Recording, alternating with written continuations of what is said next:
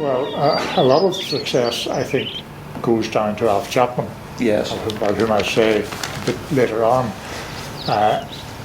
Alf was a remarkably good coach, a very quiet, undemonstrative coach, and he never raised his voice at anything. But every time he said anything, people listened, and he produced so many good cricketers that he must have been a marvelous coach. Yes, not just good cricketers, but he imbibed them with the love of the game as well. Well, good cricketers, good people, good characters. Alf had come, of course, to Northern Ireland in '36, I think it was, to North originally. Alf came over to North as professional. He was on the ground staff at Gloucester, and he came over in '36, and Jimmy Pickett, who was very big in Ulster cricket at that time, and was on the board of governors at DRA, he realised that Alf would be a very good man for the academy because they just bought the new grounds at the Castle Grounds. What years did you play on the school first 11? Well, I played in certainly the last 3 years, and I captained then in the last year. You captained the side in 1940. Alf Chapman had been appointed then, and he took over that. The staff more or less disappeared from their running of the team. And Alf arrived, I think, in 1937. So 37, that's right. Yeah, so you had 3 years with Alf. Yes, indeed I had, and of course we got to know him very well. And I can still see the thrust of the arm. Yes. Tremendous thrust imparting the spin. Yes. He was left-handed. Yes, I remember. I faced him in the nets myself here many times. Yeah. As always, the club is very much indebted to Mr. Chapman for his coaching. He seems to command a never-failing source of energy and skill. Just about sums it up. 48 was different. It was a better summer. I have very happy memories of sunshine, playing against Masonic or Inst or Methody or Armagh, and the limited number of schools that we played actually. Of that team, within 5 years, 6 were playing senior league cricket. As I say, Ronnie Berryman for Woodvale, the 2 Sloss and Woods for Craiga. The Herons, I think, went to play for Cliftonville. And I'm fairly sure they did that. I went on to play for North. So as I say, we had learned our cricket from one of the finest teachers I ever saw, which was Alf Chapman. He just had a lovely way with him.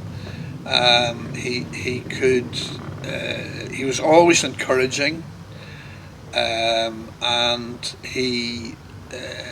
but he had the ability to put you down when you needed to be put down. He could just get your feet back on the ground very successfully. I do recall when I had been teaching in Bangor Grammar for a couple of years, I think it was 1974, on a Saturday morning, having gone up to the Castle Grounds because my under-14s were playing BRA, and having quite a chat with Alf, and Alf saying to me, "Oh, is that your team?" And I said, yeah, I'm looking after them. He says, Christopher, he says, they look like a cricket team, and to me that was big praise. I was so pleased.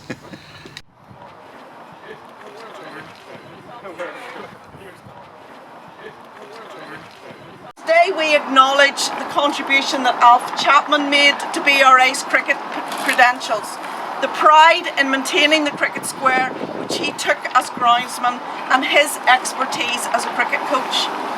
Alf Chapman was clearly an individual who brought out the best in the pupils he coached and instilled in them a love for the game. The number of former pupils who went on to represent Ulster and Ireland in cricket is a testament to his skill. And we are grateful to have this opportunity to pay tribute to one who had a key role in the Academy's long and proud history. If there was a perfect wicket to teach young boys and boys coming through school cricket, I think the Castle was it. It had no vice. It was always true. It wasn't terribly fast in my time, but it had no vice. You could play shots on it, as you were taught to by Alf Chapman. The only other one, I suppose, was Osborne, which was as good, nearly as good as the Castle. I will never admit. Lesser outfield. I will never admit that Osborne Park was better than the Castle. I lived my childhood just over the hedge there, and my mum and dad and my brother Ian and I, and this was our playground. Louis Lord was up in the flat above here, the pavilion, and he used to chase us off as a youngster. I feel very privileged to have played here on this ground. I suppose the other big memory is just simply playing at the castle grounds, which I always found a delight. And when you look back, you always think the summers were far better in those days, and we seemed to play a lot in the sun. And Alf would have prepared pretty good wickets for us, especially the batsmen. Well, it's idyllic, as you can see today. The elevated viewing, the trees have grown, the land has been reclaimed a lot more than our time, but it's still one of the nicest places to play cricket. Well, in 1925, I think the Isle edition contained quite an article on cricket by J.C. Picken, who's a pretty influential figure in the development of cricket within the school. And in that article he recorded that the brothers Walker, A.W. and Lawrence Walker, had played for the Gentlemen of Ireland at that time. Yeah, they'd played, I think, in around about 1910, and they were members of the North Down Club. Through the 20s then there was a heavy use of the Cliftonville ground. 1933 to 37, in fact, my own father was involved with coaching the first 11. He had his own jewellery business, but he seemed to have found time, probably mostly on Wednesday afternoons, to actually coach the first 11 at cricket. Yeah, in 33 was it, your father got a team together to play against the school. He played S.A. McCulley's 11. I think it was the first time I found where quite an extensive scorecard was printed in the Isle. That team of the 1938 team was captained by T.B. Shaw, and that was one of 3 Shaws who graced the first 11 in the 1930s. Yeah, he was an uncle of Johnny that we played with. So what years did you play on the school first 11? Well, I've played then certainly the last 3 years, and I captained then in the last year. You captained the side in 1940. Yes, I did. And what position did you occupy in the team? Well, put it this way, I call myself a modest batsman, with much to be modest about. But I think I was quite a good bowler, and I used to reckon if I didn't get 5 wickets, I hadn't done very well. Oh, so that's very good. And what type of bowler were you? Medium pace, off spinner. Off spinner, right. And the wicketkeeper stood up to you, did he? Oh yes, he did. Yes. So war came then. Yeah, in the 40s, cricket seemed to carry on fairly well unaffected. There were some different fixtures that they played a Royal Navy 11 and they played an RAF 11. The cricket was very successful, not least because of one J.W. Kyle, who obviously gained greater fame as a rugby player. But my father had said to me that when Jack was at school, he was probably even better known as a cricketer, and certainly the Isles at that stage showed that he took many bagfuls of wickets. We were the first team after the war to get the red cap, the maroon caps. The equipment was not good. It was the end of the war, not long after the end of the war. Wasn't much cricket equipment available. As you know, it was the first 11 bag with the pads, which had seen long service, and the gloves even longer service. Batting gloves? Well, there was sausage, the brown sausage gloves with a wraparound thumb, if I remember rightly. And then, out of the blue, we got new pads. 3 sets of pads. So you can imagine the scramble into the locker room or into the dressing room of the first 3 or 4 batsmen to get hold of those. And we got 3 new bats. And these were Dennis Compton autographs. They were much sought after, of course we got in. I have to tell you that those 3 bats were the worst planks I ever batted with in my entire life. To hit the ball off the square was almost impossible. I don't know what they were made of, but they didn't go terribly well. Who were the better players other than yourself? Sticky Reid was one of the stars. I think he would have batted about 4, I think, 3 or 4. And what about yourself? Did you open? Or I might have been an opener, or I might have been number 3. I got a trial the first year, and the second year then I'd left and gone to Harlan Wolves. Right. So I didn't play in the second year. I was in fourth form when I played the first year. Whole hour yesterday. What years were you involved in the first 11? I was on the first 11 in 52 and 53. In 52 we had two interpros, myself and Donald McCloy, who subsequently became a professor of something or other. 53, one of our star players had played against us in the interpro for Leinster, David Pollett, and then he came to the academy for a year and he was on the team in 53. In 1960, Les Lawther was captain. It was a really horrible wet year, and sadly we were beaten by Regent House School at Regent. And that was the first time we had lost to another school in just over 3 years. Trevor Danker's team in 57 lost a game early in the season, I think to Methody, and then we had this 3-year period when we didn't lose to another school. 61 was my good friend Michael McClelland's year as captain, and we were all quite old then, and there were about 7 or 8 of us who were about to leave school, and we had the best of crack. The year ended with a tour to Chatterton Grammar School. You mentioned Ken Houston, obviously a famous cricketer as well as rugby player. Was he the batsman mainly? Ken was a batsman. He batted 3 or 4 for the school, and he hit the ball very hard. And he was also an excellent wicket keeper, and he kept wicket for the school in 1959. A natural athlete. Michael McClelland opened the batting in his earlier days, and he and Ian Gourley in 59 had great stands. I remember playing Methody. The Methody boys were all about 3 years older than us, or so it seemed. I came onto the first 11 in 1960. We played under Robert Palm in 1963 and Billy Kirk in 1962. Billy Kirk was quite a player. He was a very interesting player, an exceptional player in a way.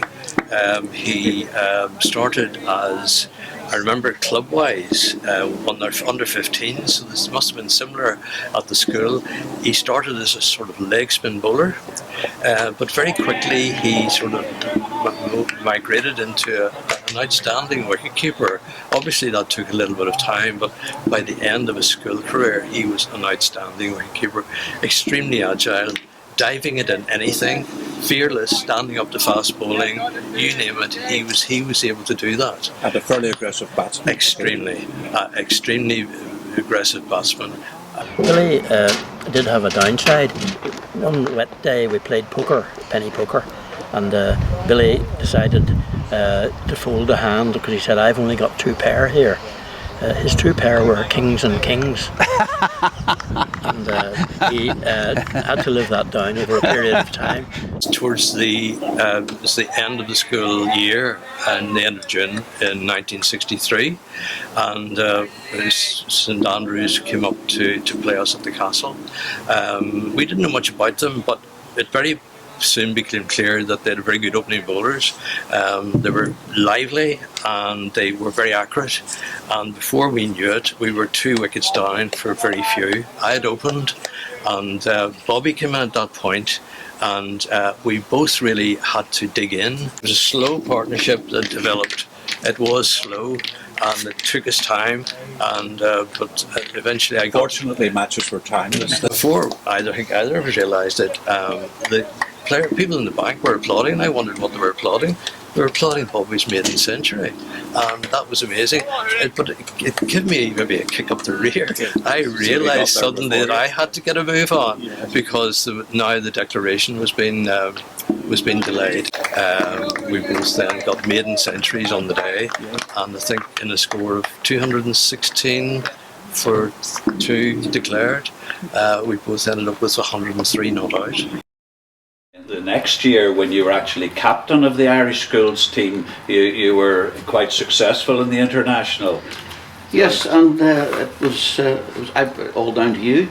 Absolutely, all down to you, Graham. 2-day match in Wales. First innings, I stumbled when batting, twisted my knee. You and I ended up at some doctors. I remember being sent somewhere. teachers didn't really take anything to do with us. They just sent us off somewhere to have a look. You and I went that night, had my knee looked at, was told, no, you're having a rest, you're not playing anymore. But I had gone in to bat the night before that. We were following on, and rather than have you open for a few overs, I said, well, look, I'm not going to be able to play tomorrow, so I'll go in and be the night watchman. So I did that, and then you had to watch me for a while then the next day. So you ended up scoring what exactly? 154. Very good. 100 before lunch, and the really nice thing about it was the school was on tour, and Sticky and all the boys who were on tour were on the ground that day and were due to leave to get the ferry home. And apparently I was told afterwards that the boys just refused to move till I got 100, and then they went. But I think that was 67. I think my next 100 was a very long time coming after that. I want to ask you a little bit about the 67 team. This team was the most accomplished first 11 in the history of the school. So let's talk a little bit about the players on that team. How many players actually went on to play for Ireland, full Irish caps? Well, Chris Hart went on to play for Ireland, Ian Johnston and myself. Yeah. We mentioned Corn Hanley, who wasn't in that team, but who his parents moved back to England. But Corn Hanley undoubtedly would have played for Ireland, but he ended up playing for minor counties and for Norfolk. And then there were, if we drop down a couple levels, there were a number of people who played for Irish schools in that team. Yes, Ronnie McCary, Alan McCulley played, Martin Blake played. A famous victory against Campbell College, who were probably traditionally the strongest school team. Tell us about that.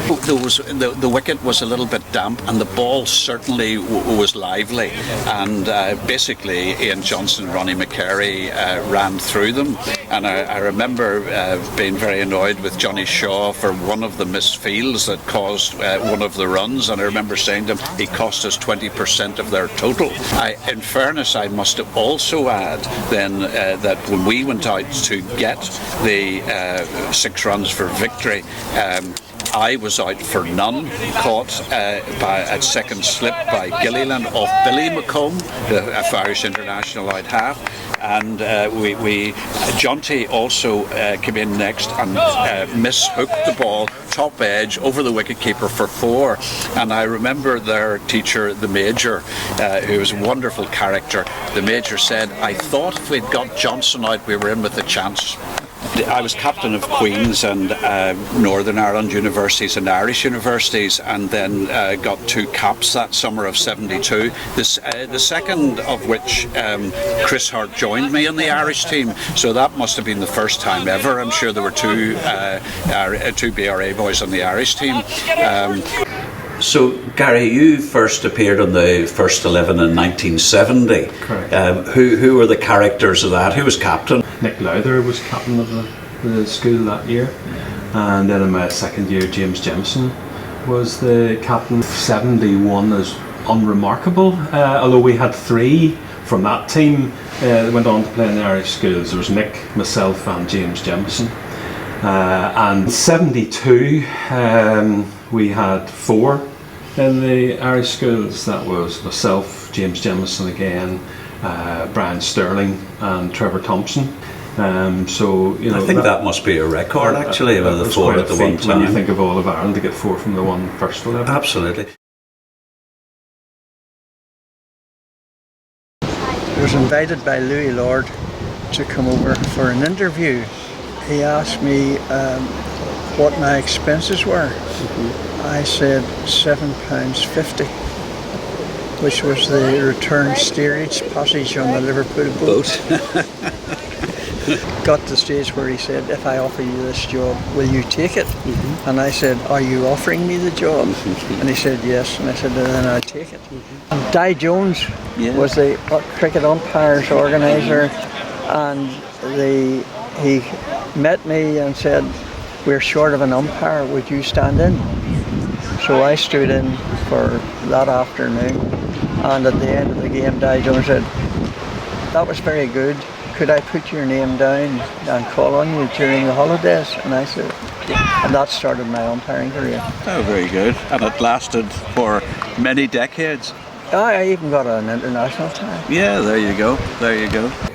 Well, during that time of your involvement with school, there were several tours you instigated. Yes.